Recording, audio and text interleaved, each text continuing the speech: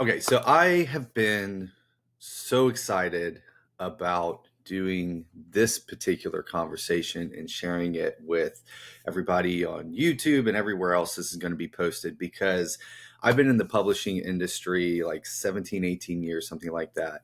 And the very first person in publishing that I met and became friends with is a guy named Todd Sattersten. And that's who we're going to be talking to today. And we've known each other for many years, been friends for many years, but also a huge amount of what I understand about the industry, just in general, came and continues to come from Todd Sattersten. So I'm so excited to talk to him today because he's got this new book coming out called The 100 Best Books for Work and Life. And he is, of literally the 8 billion people on the planet, he is the one person that should write this book because he reads everything that comes out in the nonfiction space. He's been working in the nonfiction space for decades, and he just really understands this. And on top of that, he runs Bard Press. And Bard Press is known for coming out with huge bestsellers. But the really interesting thing about their business model, and I think they're the only publishing house that does this, is they only publish one book a year. And what that allows him to do is so amazing. We're going to talk about that. But that's really interesting, right? If I'm a publishing house, most publishing houses make their money by just throwing as much spaghetti against the wall and just hoping one or two books stick and make a little bit of money. But with Todd, he actually believes in the books that he publishes, and he does everything he can as the publisher to make them successful, which that alone sets him apart as a publisher. So we're going to talk about all kinds of things. So if you're interested in reading nonfiction, writing nonfiction, anything in the nonfiction space, you're going to love this. So Todd, thank you so much for being here. I've been looking forward to this conversation. Thank you, Tim. That was quite an introduction. So I hope we can live up to it in this interview.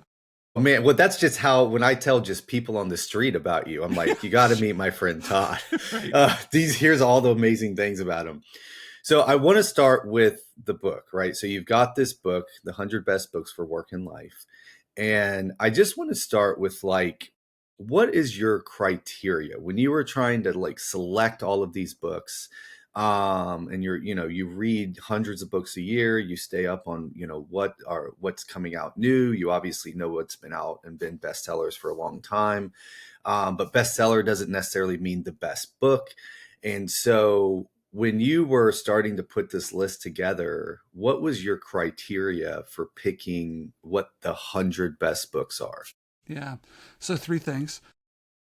And it's really the same thing I think about, I think, when I'm looking for projects as a publisher.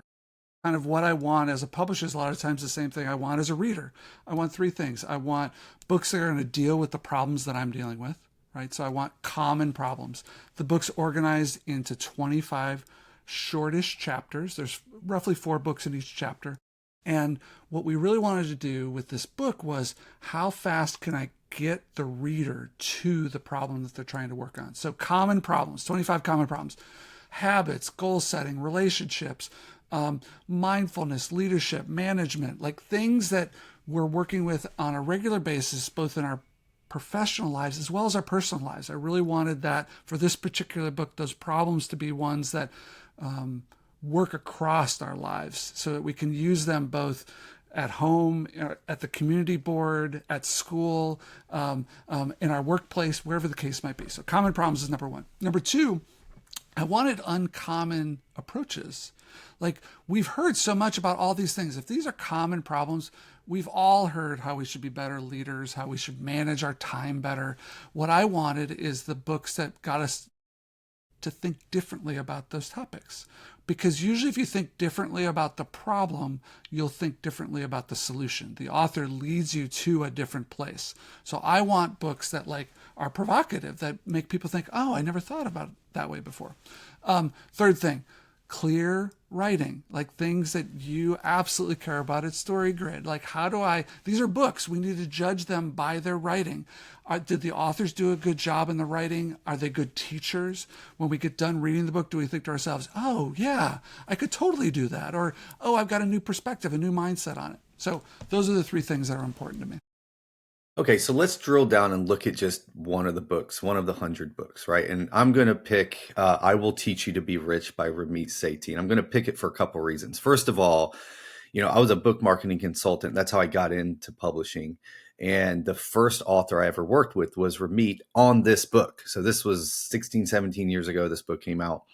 And I love Ramit, and his book is a little different, but it's a personal finance book. I mean, there's literally probably thousands of personal finance books. So what is it in particular about Ramit's book that hit that three criteria and put it in those, 3, 4, 5 books about personal finance? Yeah, so I think what Ramit has done with that book is it's a very interesting approach. So there's one layer to that book, which is I think it's 6 weeks. I think it's a 6 week program that Yeah. moves you through the things that you need to do to get your personal finances in order.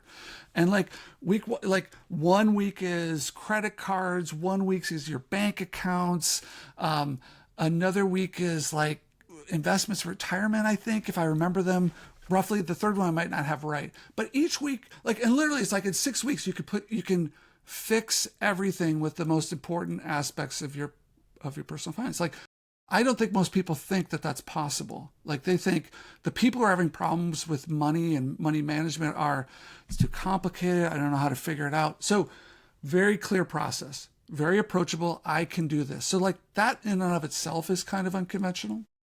I think the second piece that's really important is I think that he writes to a reader who has lots of different thoughts about money. And what I mean by that is that as you're moving through the book, there's a narrative, but there's more call out boxes in that book than I've probably ever seen in any other book that I've.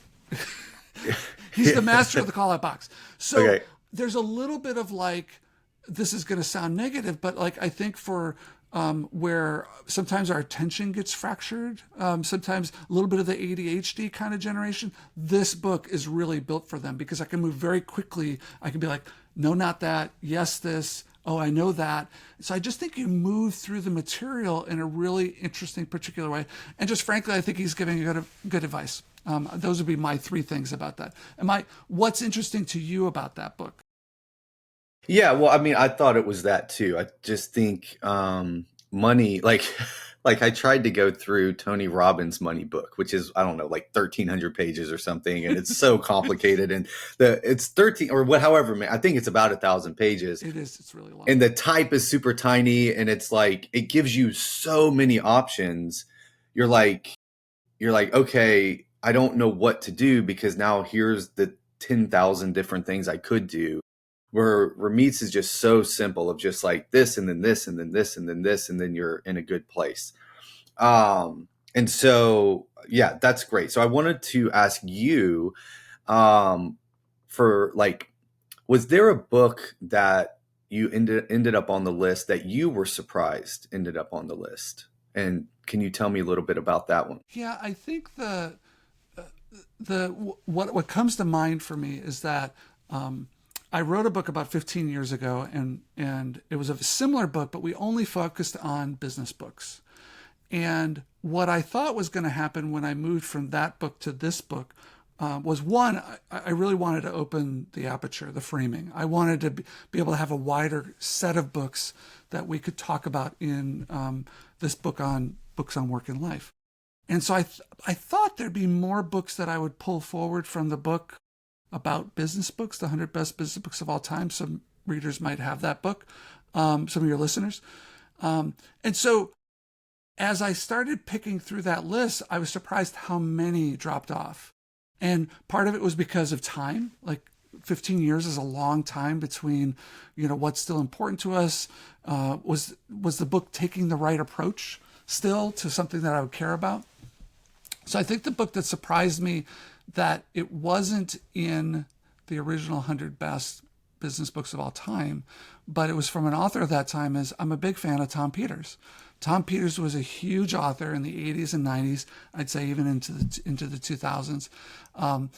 And the book that I chose for the 100 best books for work and life is a book called Project 50. And it's this here for your video readers. It's a little tiny book. I mean, here's my hand. It's a Yeah. book that might be 5 by 7, And it's not tiny, really tiny little one book. he's known for. And it's one that he's not known for. But what he did is he did this series of books called, um, it was like Project 50, Career 50, um, Professional Services 50, Brand U 50. So it was like this, like 50 chapters, and they're super short chapters on a really particular topic. And what I loved about this book is I've never seen someone talk so energetically about how to engage a project. Hmm. Like, he's like, if you need to create a new accounts payable position or accounts payable process at your company, make it the most amazing accounts payable process ever. Yeah, And you're yeah, like, yeah. what? Like, what does that Yeah. even mean? And he's like, no, you don't understand. Like, that's the energy and enthusiasm you need to bring to every project that you do. And so I was surprised because I don't think we talk about work sometimes with that kind of energy and enthusiasm. And I wanted, so in the chapter called Creative Work in the new 100 Best, I've put this book in there because I want people to bring that excitement to their work. And I think sometimes we don't. Yeah. So when you're writing this book and putting together these 100 books, and you worked on it what, for 3 years putting this together? 4 years and 11 days if you really wanted to track it. We might come back to that actually, but 4 years and 11 days. Yeah, we'll talk through that because that's what I was curious about. Is like, in order, people. I think it's easy to take a book like this where it's a summary of a bunch of different things, right? So it's like a page per thing, and not understand that like every page took hours of work to create because you've got to read the book, you've got to think about the book, you got to decide if it's good enough to be in the 100, and then you've got to like figure out how you're going to summarize it and what the best parts are. So can you talk a little bit about like what went into creating a book like this? Because we're at StoryGrid, we're about writing great books, and you were looking at all of these great books. So I'm 100 books. If each one is just 200 pages, that's 200,000 pages you had to read just for the ones that made it, not even the ones that didn't make the cut. So yeah, talk through your process, especially just as like you care so much about creating great books. This one is a Bard Press book, so you want it to be great because your name's on it. Um, and there can be, it's kind of like, I feel this at StoryGrid, which is like when I come out with a book, it's got like, you always have pressure coming out with a book. And now I've got this extra pressure because I run StoryGrid and I claim we can help people, become a better writer and all that kind of stuff. And here you are running Bard Press, which is like, we publish, the best nonfiction on the planet. Oh, and we're publishing one of my books. So like, I would just love to hear like how you approach this, your thought process through it, like how you dealt with that kind of pressure. And then, we've talked about a lot about the marketing and getting it out there, but even just like when it was time, the book was done and now you're like, God, I got to tell people about this book. Just kind of, I would love to hear what it was like for you Yeah. to create this project. Well, I mean, I think the first part is, as I referred to, we did this book 15 years ago. We created I guess 3 editions of that book. And that book kind of just, it was great. It was wonderful. I think we sold close to 60,000 copies of that book, which for a book about books, and particularly a book about business books, Yeah. like I feel like we're doing pretty good if we've had that kind of success. The last time we touched that book was 2015, and I always thought, man, that we should keep going back to that. We should keep updating it. And I had co-written it with an author who passed away about 5 years ago, and I had to kind of work with the company that we used to both work at to be like, hey, should we expand this? And they had kind of gone a different direction. They said, you know what? This is a great book, but we're not interested in really any more wanting to put any more effort into it. It just didn't make sense to them. So then I kind of picked up this idea of like, how important is this to me? Like, do I really want to spend solo now myself all this effort to like kind of almost redefine that book and take it in another direction? And what's interesting is for the first 2 years of that project, Tim, I probably wrote 20 of the reviews in the first 2 years. And what I found in that process was that I wasn't committed to the project yet. Um, Okay. I So you're wasn't just sure kind of intermittently working on it? yeah, like I could, I might even give you this graphic and have you intersperse it into the video because it's a Okay. really cool video graphic that actually I can literally show it to you. I would do a couple of reviews, and then there'd be this 3 months that would pass, Mhm. and then I do a couple more reviews, and there'd be like 4 months that would pass, and you can literally see the day that I decided this book needs to be written, and the graph literally goes from a flat line to up and to the right. And in those next 2 years, that's when I wrote the next 75, 80 reviews.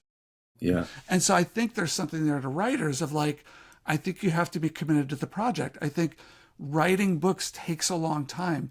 I literally have a spreadsheet that has, I think it's 77 lines on it. It's one line for each day. And each day I tracked how many pages did I read, how many words did I write, and how many reviews had I completed. Okay. And so that gets to it wasn't 200,000 pages, it was 20,000 pages to get there, but it was really more like 35, I think, is what it took to actually, I had to read 35,000 pages of books to get through the 100 best. Wait. The math doesn't make sense. 35,000 pages. Huh? 100 if a page. 200, do the 200 times 100, you get Oh. 200,000. Oh. You just gave it an extra zero. It's fine. Like it I'm sounded so amazing. used to thinking about word count, not page count, that Right? I went to word count. That's so funny. Okay, yeah. I'm like how'd you read 100 books and it was only 35,000 words? That doesn't make any No, sense. There we go. pages, right? Pages. Get my words right. Yeah.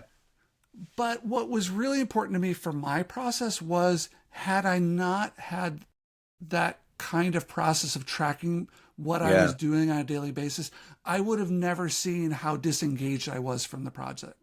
Yeah, Like yeah. how it's like this was a start and stop and start and stop. So gosh, if I was going to recommend something to readers, like you need a little bit of data next to what you're doing. You need like our brains, like they're so small. Like we barely remember what we did yesterday. Like Yeah. what this spreadsheet did for me is like, oh, like here's something I learned. One of the things that allowed me to kind of turn the corner was I realized that when I was in the process of working on a book in that reading and writing phase, I needed to also have a thread of what's the next book right behind it. Mm. Sometimes what Yeah. was happening is I was like losing a week because I'd be like, oh, I should, which is the next, Yeah. like if I was going to get there and I was ever going to get this book done in time, like there's just things you learn in the process. Like I learned I need to have a book lined up. I learned the maximum number of words that I was really going to get in a day was going to be somewhere between 700 and 1,000. To think I was going to get any further than that was wishful thinking. And I think early in the process, I thought that I was. But once I figured out my rhyme and the rhythm of the process, I could just, it's amazing how much confidence that you get in Yeah. the process of like, Yeah. oh, I can do this many. So in your case, it would be a scene. For me, it would be a review. Um, Yeah. a lot of times I knew that, oh, when I found the quote that was going to lead the review, like I knew everything would snap into place to the review and the additional content. So I just think that process of like learning what the process is and what the important components were was a really, really key component to frankly, to finishing the book. Yeah. No, that's amazing. And then talk through a little bit what it's been like publishing your own book as opposed to working with other authors, right? Yeah. Because Yeah. when you're working with your authors and they've paid and you've got deadlines and you're giving them deadlines, so you got to do your own deadlines. That's a little different than like your own internal project, which is like nobody's making you do this. Yeah. The joke at the press here, I have two folks that work with me, and then I have some friends who I've certainly, including you, that have talked about this with. We actually, for a while, had to come up with a way to refer to me by another name. It's like, so there was Todd, the publisher, and then there was Scott, the author. And it's because it's amazing what happens is how convoluted those two roles are. Of, you know, my job as a publisher, what's wonderful is I do have that distance from the project. I can be critical of the project. I can say to the author, you need to do these things to be successful. But then when the author shows up, you've got all the insecurities of, you've got both the confidence of the author having written the book, but then you've got the insecurities of like, is it good enough? Did we make the right decisions? You know, you worked with authors for so long of all that work of asking people for help. Tim, could we do something together to promote the book? Of course, yes. But that first ask to all these people who you don't normally interact with them that way. Yeah. So it was very hard for me to hold both of those roles. And I think sometimes I had to like firmly sit myself in, okay, I'm the publisher. What are the publisher things I need to do? Okay, now I'm the author. And really like, there was a big phase in the spring when I was very Scott, the author, and then I was Todd, the publisher, as we were getting the book finished and off to the printer. And now, luckily, we don't have to use a second name anymore. You know, we've gotten good with, okay, now it's Todd, the author. And, you know, as we're in these final weeks as we record this before the book launches, I could be Todd, the author, and like really engage in that part of the process. And like, almost like it's not about, oh, I've done all this work and is it going to be good? It's more like, I've done this work. I've made this book that's really amazing. And now it's like, it's the harvest time. It's like, hey, gosh, I get to go talk to Tim about the book. Like, how amazing is that? How exciting is that? And I think if authors had more of that perspective rather than is it going to work? No, the book's done. Like it's that part's over. Like now it's your job to just be as excited as you are about the book and share that excitement with others. Yeah. There's a couple things I've done in the past. Like one is, I'll treat it like, okay, I've been hired to market this book. And so I always say I put my ruthless marketer hat on and I say, what's the like most ruthless marketing plan I can come up with? And then once I have the plan set, then I put my like author, care about the book, care about the reader hat back on. And I just do whatever the marketer guy told me to do, but I show up and just be myself, you know? So in this case, there's Tim, the author, and there's like Tom, the marketer. It's like Tom, the ruthless marketer is like, this is the plan, Tim, get to work. And I always think of like when in Lord of the Rings, when like Smeagol's talking to himself and the camera keeps like, and cause it's like, I got the black hat marketer on and the white hat, I just want to help people hat. And I just keep switching back. And the other thing was, thinking like what I always tell people, and I think about this too, and it kind of came out in your voice is like, you and I are both nerds about the same thing, right? When it comes to books, like we were together here in Nashville a few weeks ago and we just like talked for like, we closed the diner down. I think it was like 6 hours. Yes. And this is mostly the kind of stuff we were talking about. And so I'm like, I always encourage people, like, you're just trying to get people to talk to you about the same thing you're a nerd about. Like they're a nerd too, right? And all you're going to do is communicate over your nerdery. And so, yeah, it's super fun. Like I find like once you get past that hard part of doing the ask and setting it up, then you get to just show up and have a good time, you know, but maybe just one little hitch on that is there's going to be some no's. Yeah.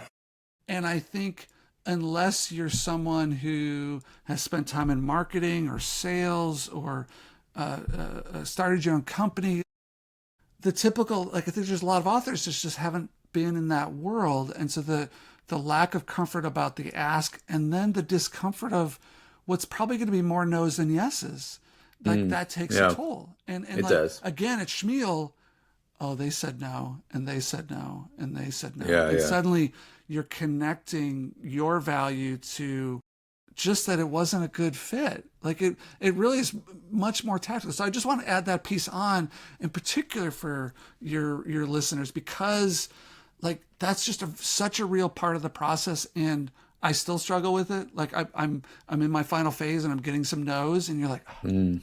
like it still stings a little bit. I don't Yeah, care how yeah, much you try to separate yourself from it, yeah. but I think you have to be a little bit ready for that if you're going to do this work.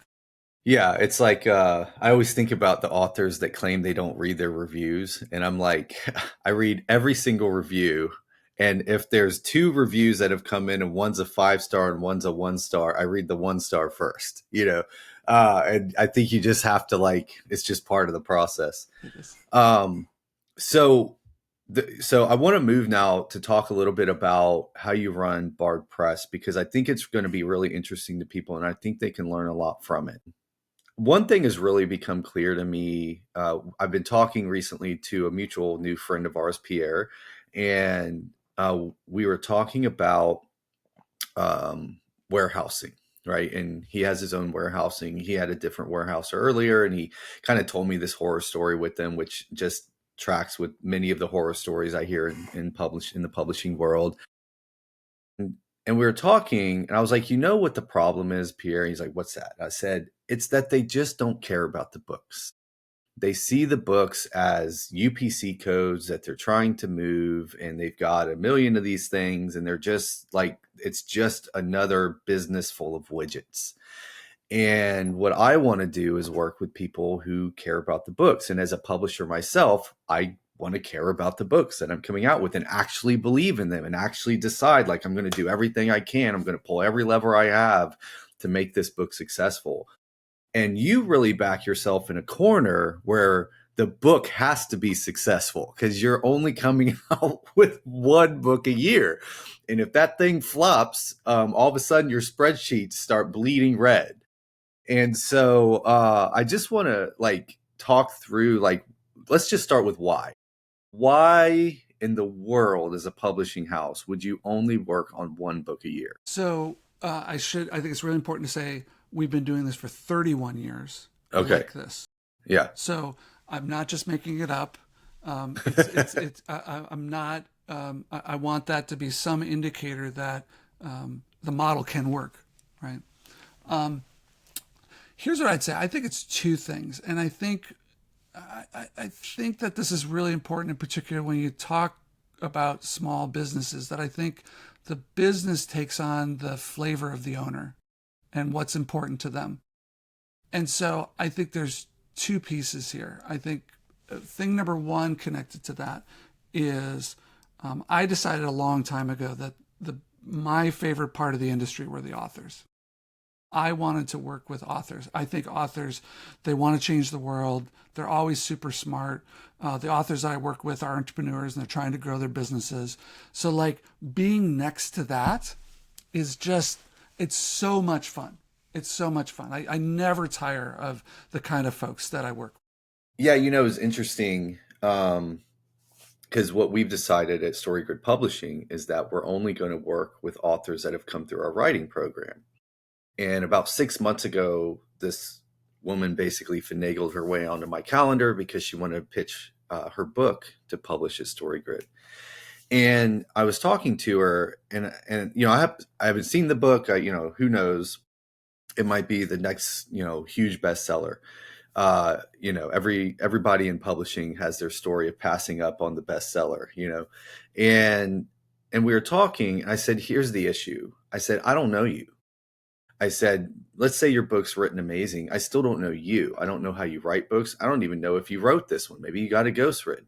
I don't know what's going to happen with your next book. Like, are you going to want to publish with us? How are you going to write it? How long is it going to take you? What if we tell you it's not good enough? I'm like, and I realized in that conversation, I had never really said it out loud, but it was like, oh, this is the whole point is like, I look at, I tell everybody on our team, I said, look, when people join our program, we have to assume we're going to be working with them for the next 20 or 30 years, right? So if they go through the program and they start writing books and we start publishing them and then they keep doing that, we are going to work with them for a long time. And it's like, the way I started my relationship with my wife is a lot different than how I start my relationship with Yes. most people. Cause I'm like, okay, this could last a really long time. And that's what I realized in that conversation is like, I actually don't care about your book, whatever that book is. It's the author I want to work with. And if I find a good author that's hardworking, will take feedback, hits their deadlines, get their work done, all of a sudden the whole process becomes a joy. Because you and I have worked, in various ways in the industry. And when you end up having to work with an author that's not great, it's just brutal. Like even if the book comes out and it's a success, it doesn't feel like it was worth it. And so, yeah, I think that's part of the whole, like, actually caring about the book is that book is connected to somebody that just poured their heart and soul into it, and that's who you should be caring about. Yeah. Anyway, go ahead.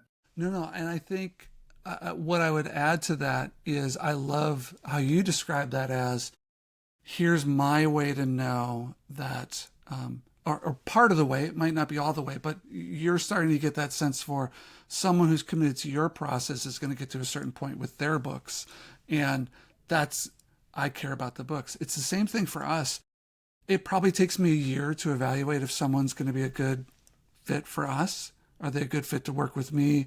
Are they committed to it? I actually have a checklist of 12 things that the author kind of has to be able to get through. And if any one of those is even what I've learned, and I've learned this really in through pain and hardship, if any one of those is a maybe, it's going to come back to haunt me. I think the other part is that, so I think there's a one side of like this process and the kind of person that we want to work with. I just think it suits me.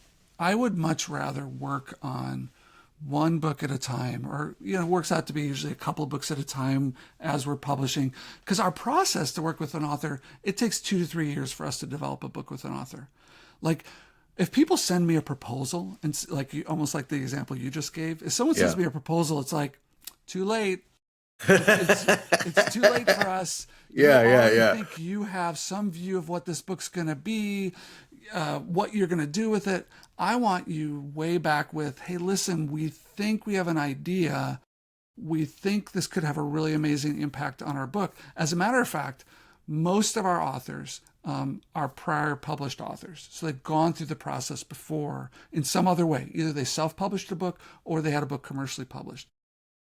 Having gone through that experience actually prepares them so much better for going through our experience of what's the next book for them. The problem is that if I try to work with someone for the first time, a lot of times they don't have the experiences that they need to be successful in our model, it turns out.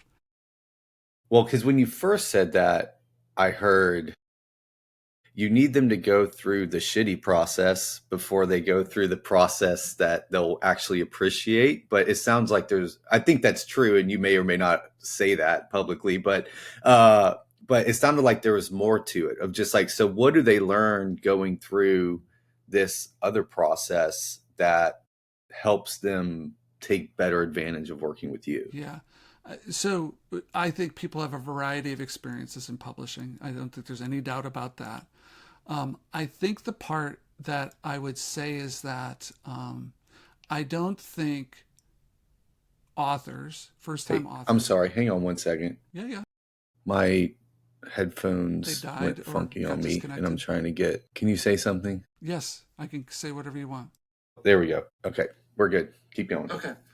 Um, Now I'm coming back through this speaker a little bit, and I can hear myself. It might be Oh, back a little bit, just so you know. all right. Hang on one second. Then I should be able to turn that off. Do you want me to talk some more?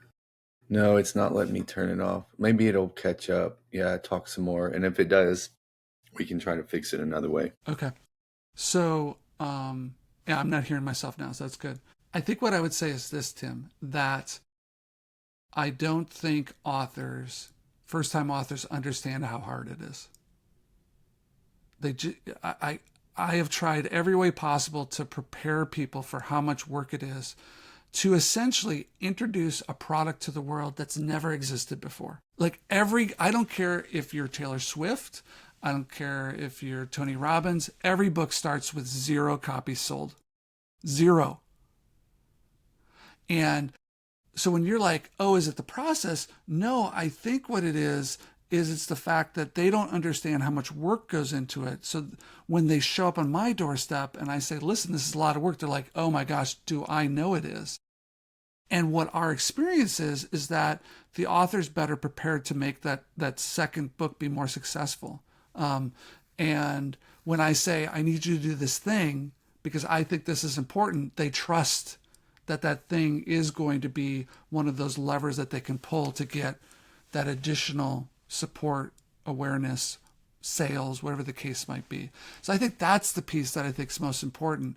And maybe the only other antidote to this, and I'm still not sure it's enough, is authors get to know other authors, get to know other published authors. And you should know 10 or 20 other authors before you even think about doing a book. And you should talk to them about what their process was like, what worked and didn't work. It's not so much about repeating what those people did, because I don't think that works. I don't think there's repeatable processes that work. I think everybody's got, like you said earlier in our interview, Tim, there's always an anecdote to the story of how the thing ended up selling 1 million copies. Honestly, no one knows how it gets to the 1 million copies. But talking to people about just their process and what it took and how much effort and those are the things that I want people to listen for, because I think that's the part that's underestimated.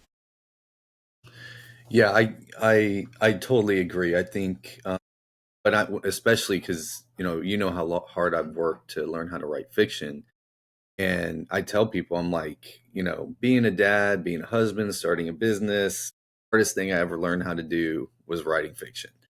And I often say, like, with almost anything, if I ever knew how long it would actually take, I just wouldn't start, because you always start thinking, oh, this will be easy. Let's open up a Google Doc and start typing. Um, so let's get to the part that I think will be a little bit more interesting to people watching this, which is like, what is the process you take an author through to figure out first what the book's about, and then how do you work with them as they're writing it, to just, because again, you have to have a book that, like you said, who knows if it'll hit 1 million copies, but you can figure out books that will sell a certain level of copies, and what that is because you've been doing this for so long. How do you go about taking an author that has a bunch of different ideas and honing it in on something that you think could have mainstream success and go on and sell 50,000, 100,000 or more copies? Yeah. So the the first thing I do is we just have a really extensive development process. So that usually involves, of course, some initial conversations with the author about. I tend to work only with business owners, like folks who have a business. They're probably a consultant, they're probably a coach, they're probably doing some sort of training. That tends to be a sweet spot for us. But it could be a speaker, it could be a nonprofit organization. We've done a little bit of that work. But there's usually something they're trying to move forward. It could be, I think, for profit businesses, they're thinking about, how do I grow my business? How do I find new customers? So it's like, okay, let's think about that problem in particular, which is when you publish a book, there's certainly, you can expose that book to the people who know you. But what's probably more important is that new people find out about you. So we've got to get to the second and third and fourth layer of that book got given to someone else and then got given to someone else and got given to someone else. That's how you're going to get, I think in a lot of cases, the business growth that matters. And so that usually means that you've got to be really careful about how you frame the book. How do you title the book and subtitle the book? How do you describe the problem in the back? So I'm talking to the author. I'm doing an analysis of all the other books in their category that we think we could publish into, and sometimes some ancillary categories that might tell us some other things. I interview their team. I rarely do I work with single authors. Usually they've got a team of people. So I'll interview their team, their coaches, their consultants, because a lot of times they have interesting things to say about the author's core content that sometimes the author can't even articulate as well as they can. I'll interview their clients. I'll say, why are you working with them? What's interesting about this? I become a client So I go through the training, I become someone who's coached by them. I become a coaching client. And so that first year is me just taking in as much as I possibly can. And I think it's a combination of, on a big level, what are the big things, a way we could talk about in an interesting way about the work that they want to do. But I'm also almost keeping like a sheet of like, what's their greatest hits? Like what's their one-liners that I just love that tell me something about what they're doing. And so like when I get to my first 10 or 20 of those, and usually by the time I'm done with the process, there's 50 one-liners that I've got that, are provocative little statements that they say that, again, it goes back to what we were talking about, the 100 best. I want unconventional approaches. I want me thinking differently about the topic. So you can see like it's this whole customer development process of like talking to all the constituencies that I think could both be helped by the book, that being in the business, but also then clients outside the business. Because my experience is that if it all lands on the author, you only have one person doing all the work. If I can make a book that works for the whole organization, that the whole organization that he's a part of is really excited about it, suddenly I have how many more evangelists who want to go out and talk about it and be excited about it. So I want to almost train the organization to be there, have the whole organization be product launch people who are excited about it, not just a single author. And the client piece you can solve, but the more you can, I think, get that organization, the whole organization excited about the project, the more success that you end up having. So when you say you've got those like 51 liners and all of that, and you start thinking through it, do you tend to start with like, here's a bunch of things I want to go in the book? How do we like figure out something that goes under? Or do you tend to start with like, here's like the one thing the book's about, and then you build the book around like that? We would call it like a theme, right? Like how are you kind of coming to what the title is going to be and what everything's going to kind of fall under? What's so interesting to me in the nonfiction space is that almost everybody has a solution. Man, have they got a solution for you. And here's my version of the solution. You got another author's got their version of the solution. And what I'm amazed about is how often they haven't found the problem. They don't actually have a really effective way to talk about the problem that their solution is for. So the most important thing to me, to be the first thing to figure out, is what's the most effective way for that author to talk about the problem that the client's having. So like we have a mutual friend, his name's Mo Bunnell, and he did a book called Give to Grow with us last year. And Mo said, man, and Mo's has a training business. He does a lot of stuff in professional services. So think lawyers, accountants, consultants, high end. And I said, well, what's the biggest problem? He said, well, a lot of people love being experts. They did all this work to become technical experts in deep expertise in these areas, and sales and business development's really hard for them. They don't necessarily like it. It's not the thing they wake up in the morning wanting to do. And I said, well, what is it that they don't like? And he thought for a minute. He says, I don't know. And I said, well, let's go solve that problem. Like, what is it that they're telling themselves? He did a 6-month project to go figure out, literally on every workshop that he did, when he was doing live speeches, he was saying, text me what you tell yourself as to why you can't call the client today or call the prospect today. And he had this database, I think it was of 200 or 300 statements of things that people tell themselves. And suddenly we had this amazing place to start from, of both like kind of the symptoms of the problem, but really what was the core problem that it came down to. And oftentimes it was, I don't have a reason to write them. And Mo's like, here's 10 reasons I can give you to write your client every day, right? Yeah. I'm not an expert enough. Okay, here's your solution to solve the expertise problem. And we had like these 5 main problems that that we found that were people really struggle with when they do business development in professional services. And that was the first third of the book. So I want to get the problem right, because I know if I get the problem right, the reader will give us permission and they'll read the rest of the book. They'll trust the author really through the rest of the process. Get the problem right, and I think you've solved 80% of your problem. Well, so let's just keep using Mo's book as an example. It's Give to Grow. If you're watching the video, it's right behind you there. It's that blue one right behind you.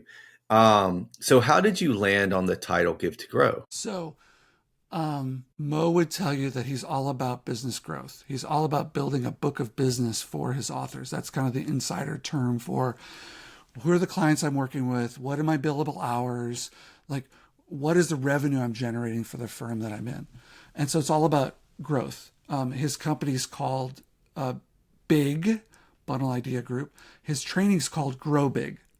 Mm-hmm. So he's kind of connecting these pieces together. So I knew grow needed to be in it. And then I said, Mo, like if you had to boil everything down to the one thing that you think all your work's about, what is it? And he said, it's about relationships. You got to build great relationships with people. And I said, okay, why don't people build great relationships with people? And he said, it's because they're afraid of giving. They have a scarcity mindset. They think that I'm in a professional relationship with you. I can only do so much. They can only do so much. I couldn't possibly have a personal relationship with that person because the wires will cross and, the beams, it'll be Ghostbusters or something like, and the terrible things will happen.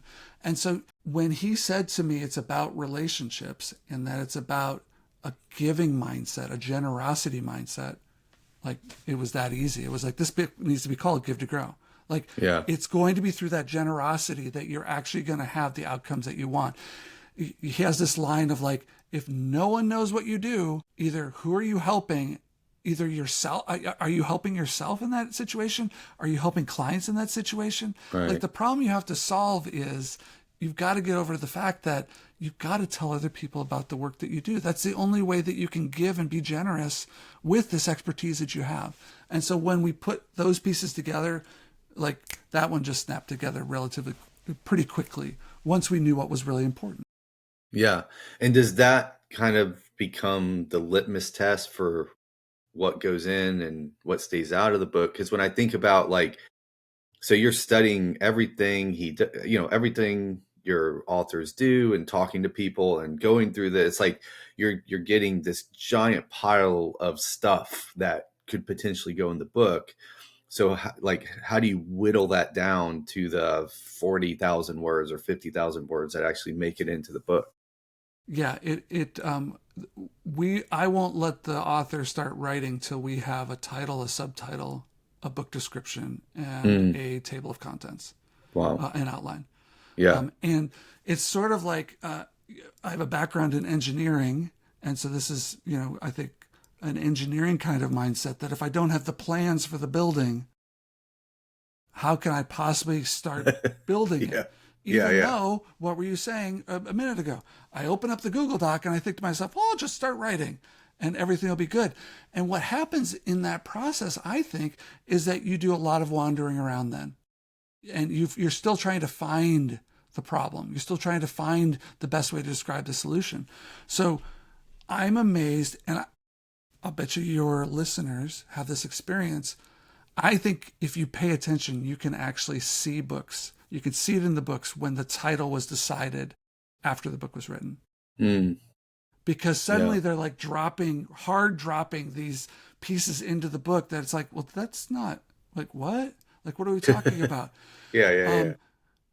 So I think it's really important to get that theme and framing set up front because I think it wholly influences how you write the book, like the words that you use. I remember that when we were another piece to Mo's book, to give one more example, was we found that sales wasn't a good comp for his book, even though he really is doing sales. Business development is it's sales. It's reaching out, finding prospects, reaching out to prospects, going through deal flows and so on. But we found sales wasn't a good fit. It didn't feel like the right process for people who do professional services. But what we found was that there was a really rich, vein of books around generosity and giving. So the books that we found that were better comps that actually sold really well were books like Give and Take by Adam Grant, The Go Giver by Bo Berg. These were books that, again, matched that theme we were just talking about. And also, we found if you believe in that philosophy, there's a market for it. Like we found that these books had sold hundreds of thousands of copies. So I had a lot of confidence going back to the Todd at Bard Press trying to do one book a year, that if we could kind of direct ourselves in that direction. What Mo said to himself was, these books are really interesting in teaching that generosity is important. I want to write a book to show how you are generous. Mm-hmm. What does it look like? What are the tactics? We actually called the back third of the book, we actually referred to each one of the major concepts as gifts. Like, what's the gift you're going to give someone? And, it can get a little touchy-feely how we're talking about doing the sales process. But I think once you connect with it, and for the kinds of, it's a good filtering mechanism for Mo, because I think if you're a hard-nosed salesperson, this is not going to be a book for you if that's the way you want to approach going to market. But it's a great filtering mechanism where someone reads that book and goes, oh my gosh, this is the book we need. Then it accelerates the entire deal for him being able to engage his customers even better. Yeah. So let's talk about so we've talked a little bit about how you support the writing of the book as the publisher, which is pretty unique. Let's talk about the actual publishing side. So I was going to go into this, but I'm just going to I'm going to gloss over it. But I'm going to tell a story. We were actually working, Mo's down in Atlanta, which is 4 hours from here. I'm friends with Mo too. You were having like this all day meeting, and I got invited to come down and kind of throw in my 2 cents. And there was this moment where you were showing a page of the book and you were talking through the font choice, the spacing between the lines, and like two or three other things about the page on the book. And like I was sitting there watching you, and then I like turned and looked, and the whole room, I can tell it's just going right over their heads, because this is that example of they've never gone through this process, so they don't understand. So I actually remember, I was like, all right, hang on a second. He just walked you through about 20 years worth of experience of just picking how much space goes between those two lines and how big this is. And again, this is less interesting, I think, to people, so I'm just going to kind of jump past it. But that I think about that all the time, of just like the amount of care that you put into just the actual packaging of the book. Where again, well, I won't get into what other people do, but so let's get like the book's packaged. It's about, you're now planning the launch and the publication and marketing and all of that. And what I just want to start here, like, so the book's done, it's on Amazon, it's, in the distribution channels or whatever. Like, what do you see your role is as the publisher of actually like getting the book out into the marketplace? Yeah. So,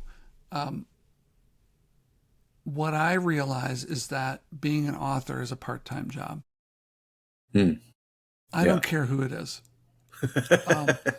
Um, if I'm a business owner, I've got about 7 other things that I'm working on. And yeah, they might have spent a lot of time writing that book, and they might be prepared to promote the book. But even the best authors, still, it's a part-time job. And my job is to be full-time on their book. My job is to be the best advocate I can. My job is to be the best coach and consultant I possibly can be, so that for that part-time job, that they are the most effective that they possibly can be. Yeah. And I think this is incredibly important, because I think this is the spot that publishers, most commercial publishers, don't have the opportunity to engage in. They've got too many other books going on to try to engage at the level that I engage with my authors. There just isn't enough people. There's not enough time to go around. There's not enough money in it. And so My job is to make that person as effective as I can possibly with the time that they have available to them. Now, what I would say is that, and this is really important, I'm thinking about the marketing of the book when I'm developing the book. I'm thinking about how I'm going to market it and sell it way back at what's the title and the subtitle in the book description. I'm thinking, I, I, I would say the goal of every book that I have, and I don't always accomplish it, but I try to get close, is I always want to find a way to use the message of the book to be the marketing for the book. So let's keep using Mo as an example because we both know him and people kind of know his book now a little bit from how we've described it. The idea that I brought to Mo early on is I said, listen, you could call all your clients and you could say, hey, will you buy 100 copies of the book? I'll come do a speech for you. I'll do 45 minutes with your team, with your organization. And that's really great. But that turns into, travel. It turns into all these individual engagements. I said, what could happen if we brought all your clients to one place and you talked to them all at the same time over 2 days? What could that look like? Do you have a good enough relationship with your clients that you think you could get them all to come to Atlanta for a day and a half? And he said, yeah, I think I could do that. So he got 160 people to Atlanta last year for his book launch. And they spent 2 days with him, Tim, talking through the concepts of the book. And it was even better than that because then he put clients up on stage with him. Mo's doing his thing where he's like asking questions and then he's turning back to the audience and saying, did you hear what they just said? This is how it connects to this thing that's really important to us. Oh, by the way, that's in chapter 8. That kind of thing, right? Yeah. But then what we did was we even had a session where we said, listen, he has this concept called give to gets. So what can you give the client to get some sort of traction with them in return? And it could be just their time sometimes. It could be what they think about a topic. It could be them doing a pilot project with you. Our version of that was books can be really effective for that. He gave every person 60 copies of Give to Grow, each person. And then what he said was, hey, listen, use my book as a way to develop relationships with your clients. Yeah. Give to grow with them. Use this as a give to get to, gosh, I know you. I know the work that you're doing. This will help you do your business development even better. Yeah. Well, and so do you see, this loop of like, I'm using the book to sell the book, and then the sell book, someone else reads the book, and then, gosh, if we're doing it right, it's someone else is then using the book to help someone else. Yeah. Well, and let's talk about giving books away. Because obviously it fits when the title of your book is Give to Grow. But so we've talked a lot about this, and I think this is a really interesting thing. And actually, it's probably one of my top 3 videos here on YouTube. Oh, yeah. Which is like the one thing every author can do to market their book. And my thing is to give as many books away as possible. So, and this is a day and age when like a very well-known business book publisher that we're both familiar with has decided to do no ARC copies, no advanced reader copies anymore for any of their authors. So, and even before that, most publishers would only give their authors like 10 or 20. When I work with authors, I get them to try to get their publisher to give them 200, 300 copies. And usually when we ask for that, I don't know, I still don't understand what this is, but publishers act like their advanced reader copies are made of solid gold, and they act like you want how many of these things? And I'm like, they cost like $4 to print. Like, I don't understand what the deal is here. And it's like, so I always tell people, I was like, here's what's going to happen. And it always happens this way. I'm like, ask for 300. When they pick their teeth back up off the ground, as if you just ask them for their firstborn child, then they're going to try to talk you down and let them talk you down to 200. And then we'll use 200 to give away. But how many copies of Give to Grow did you give out before it came out, before pub date? 9,000. 9,000 copies. So what kind of effect did you see on book sales after the book came out that you attribute to those 9,000 copies out in Yeah, the yeah, yeah. marketplace? So Mo at this point is, I think, like we count the galleys, believe it or not, in our number. Like when we think of shipped books into the marketplace, so we're just at 50,000 copies now. So Okay. how do you which copies of the 9,000 copies make a Yeah, yeah, yeah, difference? yeah. Don't know. But here's the learning pieces that I would put next to what you're saying, and why I think there's some short-sightedness around some of those decisions about being very careful about these advanced reader copies. Okay. One, I don't care what genre you're in, you should have a plan for bulk sales. And I think fiction people can do it. I think nonfiction people can do it. Every genre has people that are buying books in bulk. So for your nonfiction people, it could be a team buying 10 copies. It could be a speaker's coming in and the company's going to buy 100 copies so that everybody gets a copy after they've heard the speech.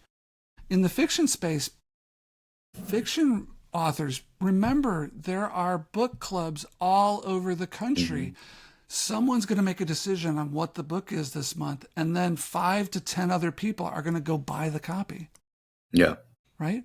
Yeah. So, is it easier for that decision maker in either one of those circumstances to make that decision with or without the book? Right. Yeah. Yeah. With the book. Yeah. With the book. With the book. Yeah. Let's say that we're going to go out on a limb on this we're one. going to go on a limb and say, hey, they're probably going to be able to make that decision faster Yeah. if they have a copy of the book. Yeah. And so that's what I think about. I think about, like, the first thing I want to work on with my authors is who are the people that will buy 1,000 copies or more, 500 copies or more, or 100 copies or more. So you think about that decision making, it's bigger dollars. It probably requires their approval and someone else's approval to do it. They need budget in their operating plan to be able to do it. Gosh, I want to be getting them a copy of the book 6 to 9 to 12 months before the book comes out, so that when they get in that planning cycle, they could be like, oh my gosh, yes, they're going to be at the annual meeting and we need to have that money set aside. We just want it to be super easy and straightforward. So the longer that the decision cycle is going to take, the bigger amount of money that it's going to take for someone to do it, the earlier you want them to have that copy of the book. Like book clubs, they're working usually 3 or 4 or 5 or 6 months in advance on the book that they're going to choose. Yeah. Get those books out there to those people to make those decisions, because then what happens? In the indie bookstores, there's a list of all the book clubs and what they're reading this month. So now you've got another signaling mechanism of social proof that once someone chooses if you can make the book club, then be the club that then posts the book. Like, there's all this follow-on stuff that happens. Same thing with the nonfiction example. If I get 100 books into a room, I'm going to sell more books. Yeah. It just happens. Well, and we're talking about bulk, but even one at a time, it's like the number one driver of sales of anything, but books in particular, is word of mouth. Yes. And now we ask the same question. Is it easier to recommend a book to a friend if you have a copy and have read it, or if you don't have a copy and have read it? Yes. And I always use this. Shawn started saying this a few years ago, and it really struck me. And it really struck me as true when we came out with like this 700-page fantasy novel, right? And I just would ask people, I'm like, all right, you have to choose you have to choose one of two options. One is you have to read this whole book, every page of this book. And let's say you don't like fantasy, right? So I'm going to give you a copy, you get it for free, but you got to read the whole thing even if you don't like it. Or just buy it for $30, but you don't have to read it. And most people would say, my time is worth more. I'm going to give the $30. Yes. And what this tells you is it's easier to sell a book than it is to get somebody to read it. But the only way to sell books over a long period of time is if people actually read it and then recommend it to a friend. And so the number one way to do that is to just give books away.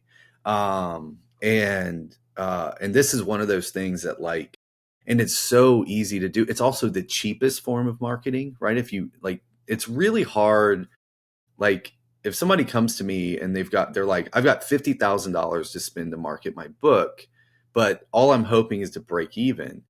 It's really hard to spend that money and get your money back. Like books have such low margins. Like you can't really buy Facebook or Meta ads or Instagram ads or any of this kind of stuff.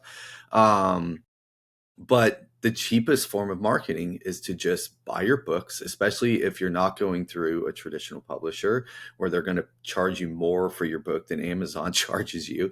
But if you're hybrid published or self-published, and a book is what's a copy of Give to Grow? $4 or $5? To print? Yeah, sure. Yeah. And that's hardcover. Yeah.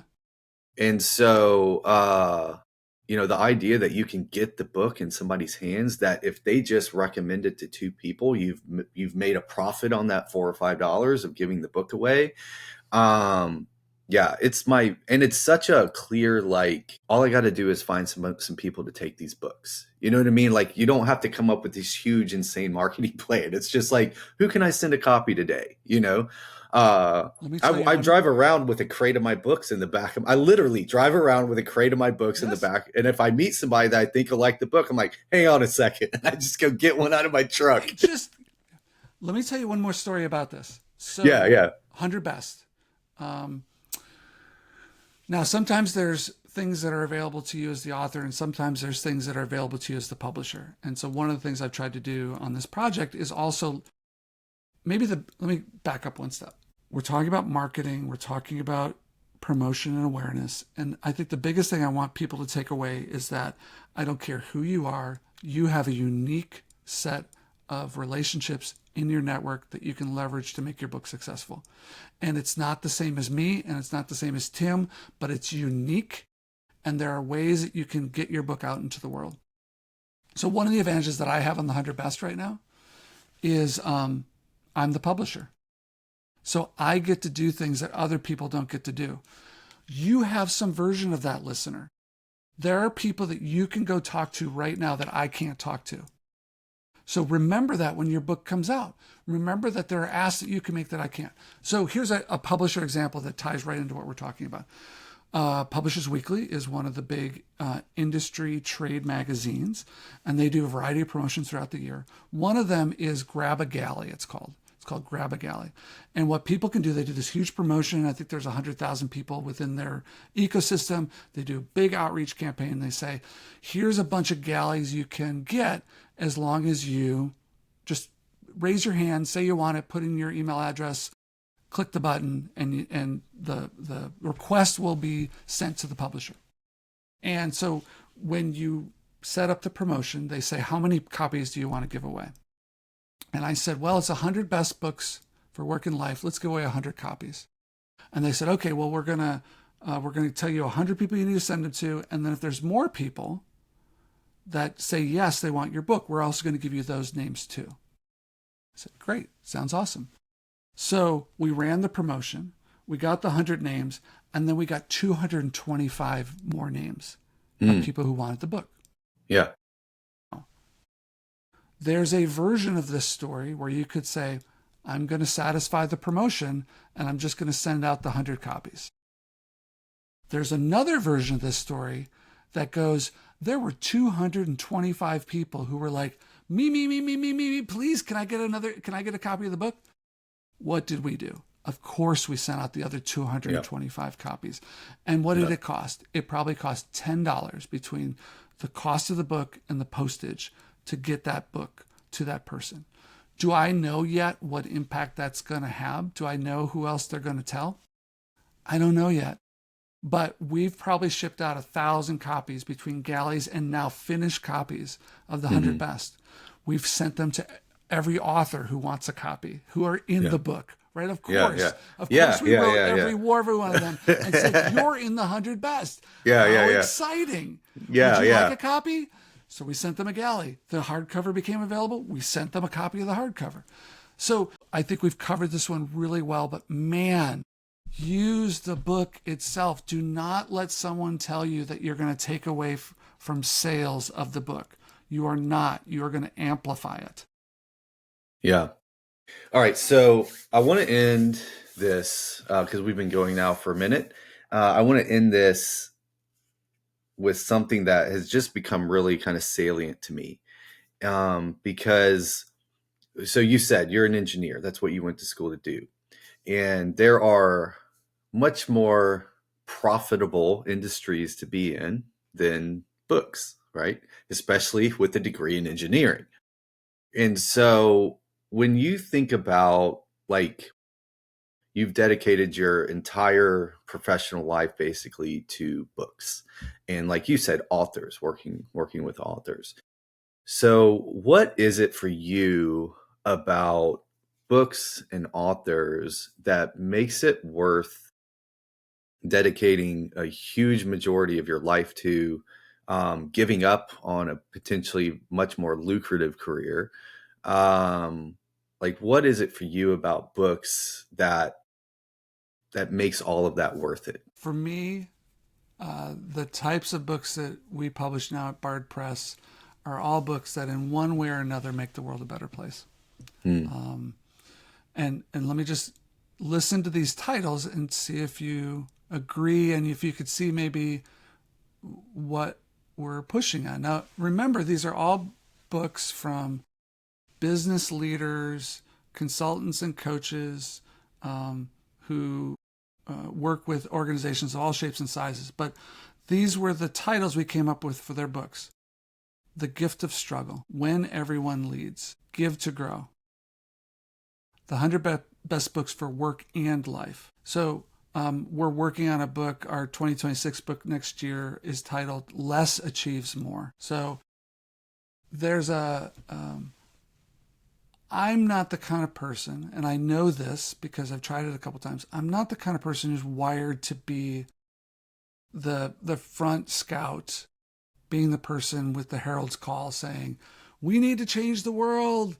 The world needs to be a better place." There's the authors I work with are so much better at it than I am, but I can be an amplifier, and I can be Hmm. actually an amazing amplifier for their work. I make their work better. This is something I know, and I know clearly, and I'll be doing it for another 20 years. So it's the fact that I have a author who works in business development who wants to teach generosity to lawyers and accountants and consultants, Yeah, yeah, yeah, right? yeah, yeah. I have another author who wants to say, hey, listen, we all struggle. And guess what? Inside every struggle, there's a gift. And our job is to share those gifts with others. That's his 3-step in The Gift of Struggle. We all struggle. There's a gift inside that struggle for us to find, and our job is to share those gifts with others. I can't think of a better use of my time in my life. Great. That's great.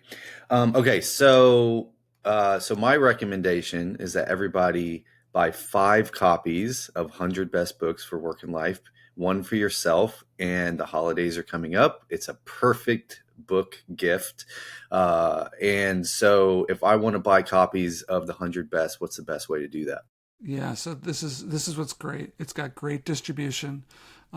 You can buy it at any bookseller that you can imagine: Amazon, Barnes and Noble, Bookshop.org, your indie bookstore. You can go in. If they don't have it on the shelf, they can very easily order it.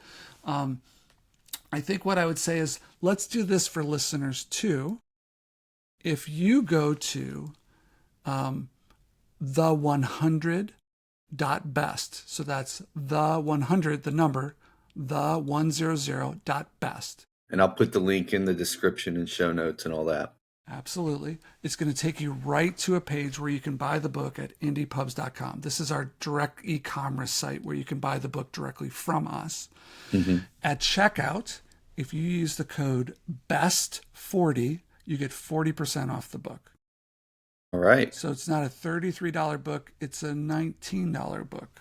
So I'd love to share that with your listeners and give them a reason to go buy.